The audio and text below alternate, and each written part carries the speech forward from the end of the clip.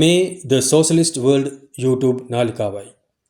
නිර්මාණය වෙමින් තිබෙන ගෝලීය ආර්ථික පසුබෑමක් ඩවුන්ටර්න් එකක් ගැන ජාත්‍යන්තර මූල්‍ය අරමුදල ඒ කියන්නේ IMF එක පසුගියදා තියුණු අනතුරු ඇඟීමක් කළා. ටෙහෙරානය වගේම බීජින්ද ඉලක්ක කරගත් යුද්ධයක් වශයෙන් දැන් සිද්ධ වෙමින් තියෙන ඉරානයට එරෙහි එක්සත් ජනපද ඊශ්‍රායල් යුද්ධයේ සන්දර්භය ඇතුළේ තියලා ගත්තොත් මේ අනතුරු ඇඟවීමෙන් අදහස් වෙන්නේ මොකක්ද?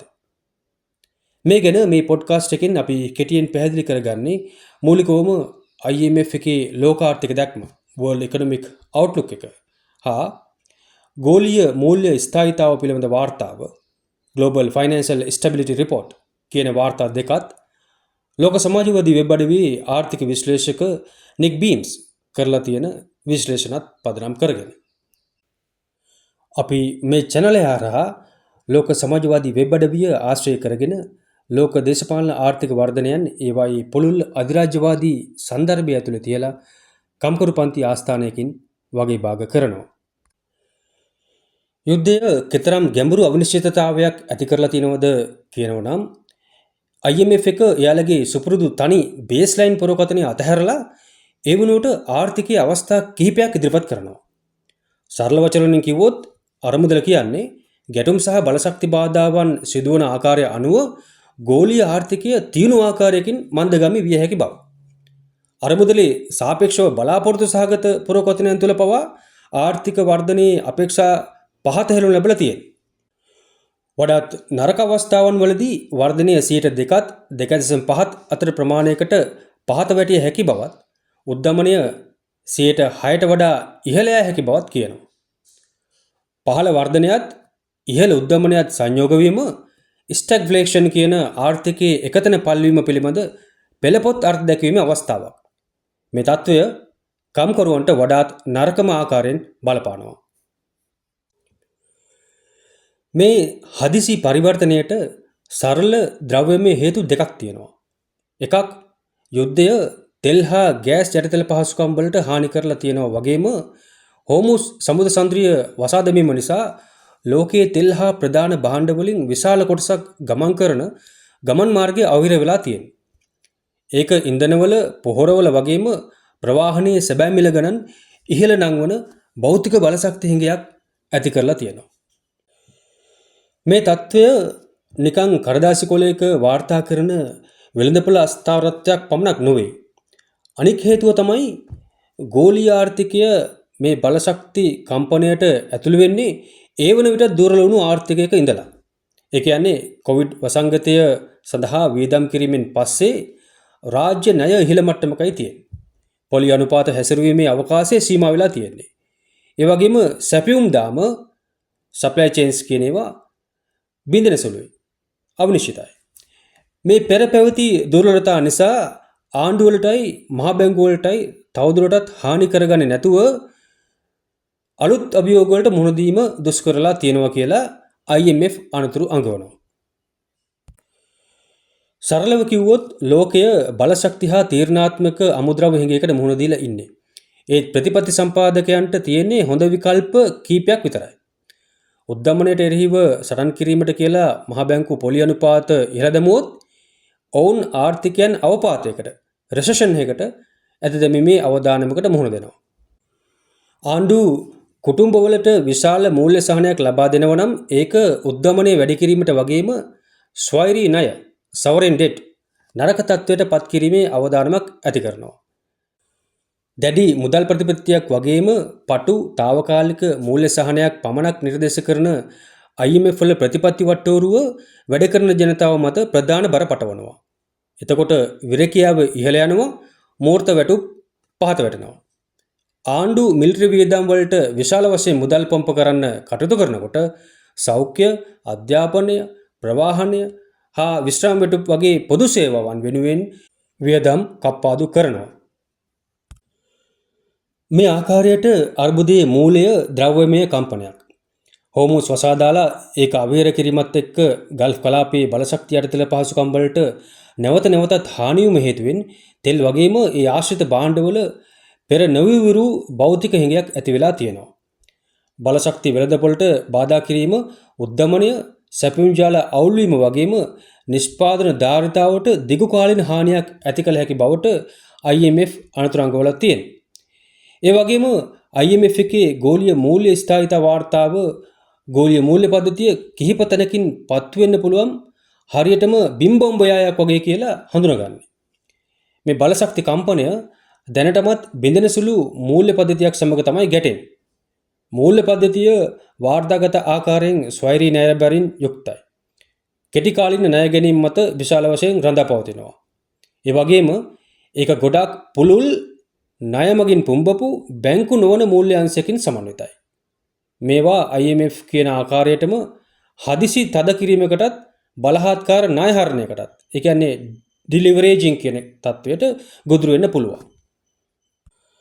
දැන් IMF ප්‍රතිපත්ති නිර්දේශ අර්බුදයේ පන්ති ස්වභාවය පැහැදිලි කරනවා. ඔක්කොම බර අවසානයේ කම්කරු මහජනතාව මත ඍජුවම පැටවෙනවා. උද්දමනයට එරෙහි ඕනෑම කම්කරු ප්‍රතිචාරයක් තලා දැමීමට පොලි අනුපාත ඉහළ දැමීම සංඥා කරමින් රැකියාවලට වඩා මිල ස්ථායීතාවට ප්‍රමුඛත්වය දීමට මහ බැංකු සූදානම්. ඒ කියන්නේ කම්කරු පන්තියේ ප්‍රධාන වැටුප් අරගල මගින් උද්දමනයේ අඛණ්ඩතාවයට විරුද්ධව ප්‍රතිචාර දැක්වුවොත් මහ බැංකු බලහත්කාරයෙන්ම අනුපාත වැඩි කරනවා. එහෙම කරන්නේ ආර්ථික වර්ධනය තවදුරටත් අඩාල කරන අවපාතයක්. ඒ කියන්නේ රෙසෙෂන් එකක් ඇති කිරීමේ අනතුරු බාරගෙන. මේක මූල්‍ය අර්බුදයක් උග්‍ර ආර්ථික අර්බුදයක් බවට පරිවර්තනය කිරීම. පීඩිත මහජනතාව මේ අර්බුදයෙන් කෙතරම් බට කෑවත් IMF පුළුල් මූල්‍ය සහන ලබා දීමට එරෙහිව තමයි ඉන්නේ. ඔවුන් නිර්දේශ කරන්නේ ඉතා පටු පරාසයක වගේම වඩාත්ම අනාරක්ෂිත කොටස් ඉලක්ක කරගත් తాවකාලික ආධාර ලබා දීම පමණයි. ඔවුන්ගේ ප්‍රමුඛතාවය වෙන්නේ අර්බුදයේ මැද්දෙත් ලාභ ආරක්ෂා කරමින් ණය සේවාකරණය. ඒ කියන්නේ ඩෙට් සර්විසිං ආරක්ෂා කිරීම. මේක හරියටම අර්බුදයේ පිරිවැය කම්කරුවන් මත මාරු කරන දේශපාලනය. ඒ සමගම ආණ්ඩු මිලිටරි වීදම් දෙවැන්ත ලෙස වැඩි කරමින් ඉන්නේ සෞඛ්‍ය අධ්‍යාපනය වගේම විශ්‍රාමයට ආකාරයේ සමාජ සේවා කපාදු කිරීම හරහා. ඒ මගින් ආණ්ඩු අධිරාජ්‍යවාදී යුද්ධයේ පිරිවැය තවදුරටත් සමාජගත කරලා එහි ජයග්‍රහණය පුද්ගලීකරණය කරනවා.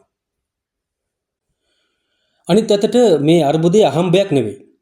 ඉරානයට එරෙහි යුද්ධය අත්‍යවශ්‍ය බලශක්ති කොරිඩෝවල පාලනය නැවත තමන් වෙත තහවුරු කිරීමත් සම්පත් සඳහා චීනයේ ප්‍රවේශය සීමා කිරීමත් සඳහා වොෂින්ටනය විසින් දියත් කරපු මූලෝපායික මෙහෙයුමක කොටසක්. යුද්ධය AI කෘත්‍රිම බුද්ධි ආයෝජන උත්පාදයට වගේම ආර්ථික වර්ධනයේ හොඳ අනාවැකි කිරීමට උපකාරී වුණු වෙළඳ ආතතින් తాවකාලිකව ලිහිල් වීමට බාධා කරලා තියෙනවා කියලා IMF කියනවා. ගෝලීය සැපයුම සහ මූල්‍ය මත ඇතිවන පීඩනය දේශපාලන අරමුණු ඉෂ්ට කරනවා. ඒ කියන්නේ ඒක ලෝක වෙළඳපොළ නැවත හැඩගැස්වීමට මිලිටරීකරණය වේගවත් කිරීමට වගේම යටත් රාජ්‍යයන්ටත් ඒවායේ පාලක ප්‍රභූන්ටත් ලෝකය නව අධිරාජ්‍යවාදී නැවත බෙදා හැරීමකදී තමන් සිටගන්නා පැත්ත තෝරා ගැනීමටත් බල කිරීමට යොදා ගන්නවා.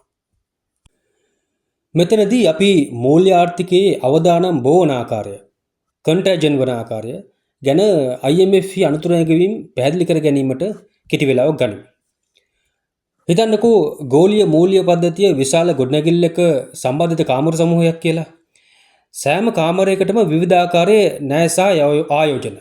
ඒ කියන්නේ රජයේ බැඳුම් කර, බැංකු ණය, හෙජ් අරමුදල් වල පරදු තැබීම්, පුද්ගලික ණය අරමුදල් වගේ ඒවා තියෙනවා. සාමාන්‍ය තත්ත්වයන් යටතේ කාමර අතර දොරවල් ප්‍රමාණවත් ලෙස වසා තියෙන නිසා එක් කාමරයක ගැටලුවක් අනෙක් ඒවාට ලීක් වෙන්නේ නැතුව පාලනය කරගන්න පුළුවන්. ඒත් IMF අනුතුරු අඟවන්නේ එම දොරවල් දැන් විවෘත වෙලා දොරටු පටු බව. වෙළඳපොළ ණය වලින් පොම්බලා තියෙන්නේ වගේම බොහෝ ආයෝජකයන් සමාන වෙළඳ උපාය මාර්ග භාවිතා කරන්නේ. බැංකු නොවන මූල්‍ය වටිනාකම් විශාල වශයෙන් වර්ධනය වෙලා තියෙන්නේ. අනතුරු බෝ වෙන්නේ මෙන්න මේ තත්ත්වය ඇතුලේ. ප්‍රායෝගිකව මේකෙන් අදහස් වෙන්නේ මොකක්ද? තෙල් වගේම අනිකුත් මිල ගණන් ඉහළ යනකොට උද්දමන අපේක්ෂාවන් වැඩි කරනවා. එතකොට මහ බැංකු පොලි අනුපාත ඉහළ නැංවීම මගින් ප්‍රතිචාර දක්වන්න පුළුවන්. අනුපාත ඉහළ ගියාම ණය ගැනීම ගොඩක් මිලාදික කරනවා වගේම බොහෝ මූල්‍ය වත්කම් වල වටිනාකම අඩු කරනවා. අනිත් පැත්තෙන් බොහොමයක් ආණ්ඩු දැනටමත් ගොඩක් ණය ගැති. ආයෝජකයන් උද්දමනය හරි ණය ගෙවීම පැහැර හැරීමේ අවධානම ගැන හරි බය වුණොත් ඔවුන් ණය දීමට ඉහළ පොලියක් ඉල්ලනවා. රජයේ බෙදුම් කරවල අනුපාත yields ඉහළ ගියාම සෑම කෙනෙකුටම ඒ කියන්නේ කුටුම්බවලට ව්‍යාපාරවලට වගේම ආණ්ඩුවලටත් ණය ගැනීමේ පිරිවැය ඉහළ දමනවා. වර්තමානයේ ගෝලීය ණයවලින් විශාල වගේම වර්ධනය වන කොටසක් සපයන්නේ සාම්ප්‍රදායික බැංකු මගින් නෙවෙයි hedge funds, පෞද්ගලික ණය සමාගම් කොටස්, පෞද්ගලික ණය, විශ්‍රාම වැටුප් අරමුදල් වගේ ඒවා වගේම අනෙක් ෂැඩෝ බැංකු ආයතන මගින්. NBFI සෙක්ටර් කියලා කියන්නේ මෙන්න මේකට. මේ බැංකු නොවන සෙක්ටර් එක දැන් ගෝලීය මූල්‍ය වත්කම් වලින් 50%කට ආසන්න ප්‍රමාණයක් පාලනය කරනවා. ඒක 2008 දී දල වශයෙන් 40ක් වගේ තමයි තිබුණේ. මේවා ගොඩක් වෙලාවට බැංකු වලට වඩා අඩු නියාමන අධිශේනයකින් තමයි ක්‍රියාත්මක වෙන්නේ. මේ ආයතන බොහෝ විට තමන්ගේ ප්‍රතිලාභ වැඩි කර ගැනීමට ණයටගත් මුදල්, ඒ කියන්නේ ලිවරේජස් භාවිතා කරනවා. මේ ලිවරේජ් පාඩු වැඩි කරනවා. වත්කම් මිල පහත වැටුනොත් හරි නැත්නම් ද්‍රවශීලීතාවය වීලී ගියොත් හරි ලිවරේජ් ගණිප සමාගම වලට පාඩු මග හොරා ගැනීමට නම් ඉක්මනින් කොටස් විකිණීමට බල කරනවා. ඒවා ඉක්මනින් විකිණීමේදී මිල තවදුරටත් පහතට තල්ලු වෙනවා. මේක විශ්ව චක්‍රයක් නිර්මාණය කරනවා. බෝවින ලෙඩක් හැටියට IMF පෙන්වා දෙන්නේ මෙන්න මේ කොටස්. ස්ටොක්ස්, ඉක්විටි, ඒ වගේම බැදුම් කරත් එකවර විකිණීමේ අවදානම. සාමාන්‍ය තත්ත්වයන් වලදී මේ වටිනාකම් ප්‍රතිරෝධ දිශාවට තමයි ගමන් කරන්නේ. ඒ මගින් ආයෝජකයන්ට යම් ශේෂයක් ලබා දෙනවා. මේ දෙකම එකට වැටුනොත් ආරක්ෂිත තෝතනක් හොයාගන්න අමාරුයි. එතකොට වෙළඳපොළ හරහා පාඩු ගලාගෙන යන්න ගන්නවා. නැගී එන වෙළඳපොළ ආර්ථිකයන් විශේෂයෙන් මේ අවදානමට ලක්විය හැකියි. ගෝලීය අවදානම ඉහළ යනකොට ප්‍රාග්ධනය වේගයෙන් පිටතට ගලා යන්න පුළුවන් වගේම මුදල් ලේඛකවල බෙදවැටීම් ඇති කරනවා. ඒකම විදේශ මුදල් වලින් ගත්ත ණය ගෙවීම දුෂ්කර වෙනවා. නැවතත් කෙටියෙන් කිව්වොත් මූල්‍ය පද්ධතිය භයානක ආකාරයෙන් බලශක්ති කම්පනයකට නිරාවරණය වෙලා තියෙන්නේ. ඒක දාම ප්‍රතික්‍රියා ජනනය කරනවා. ඉහළ උද්දමනය ඉහළ පොලි අනුපාතවලට මඟ පාදනවා. ඊළඟට බිඳිනසුළු වත්කම් තක්සේරු කිරීම පුපුරා යාම, ආණ්ඩුවල බිඳිනසුළු ණය වෙළඳපොළවල්, ලිවරේජ් කරපු බැංකු නොවන අරමුදල් මගින් හදිසි විකිණීම් ඇති කිරීම, මේවා සාමාන්‍යයෙන් එකිනෙකට සම්බන්ධයක් නැතයි කියන වෙළඳපොළවල් පුරා පාඩු පතුරවන්න පුළුවන්. ඒ වගේම ලෝකේ නැගී එන වෙළඳපොළවල් ප්‍රාග්ධනය පිටතට ගලා යාමකට මුහුණ දෙනවා. පුද්ගලික ණය හා ණය මගින් තර කෙරුණු අරමුදල් පුළුල් ආයතනික අර්බුදයකට ඇද වැටිය හැකියි.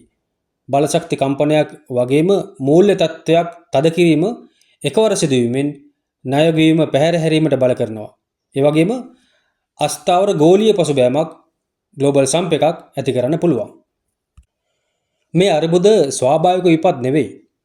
මේවා පුද්ගලික ලාභයත් මූල්‍ය ප්‍රාග්ධනයත් ආරක්ෂා කරන්න ගෙනාවු පද්ධතියක් මගින් ඇති කරන ලද අර්බුද.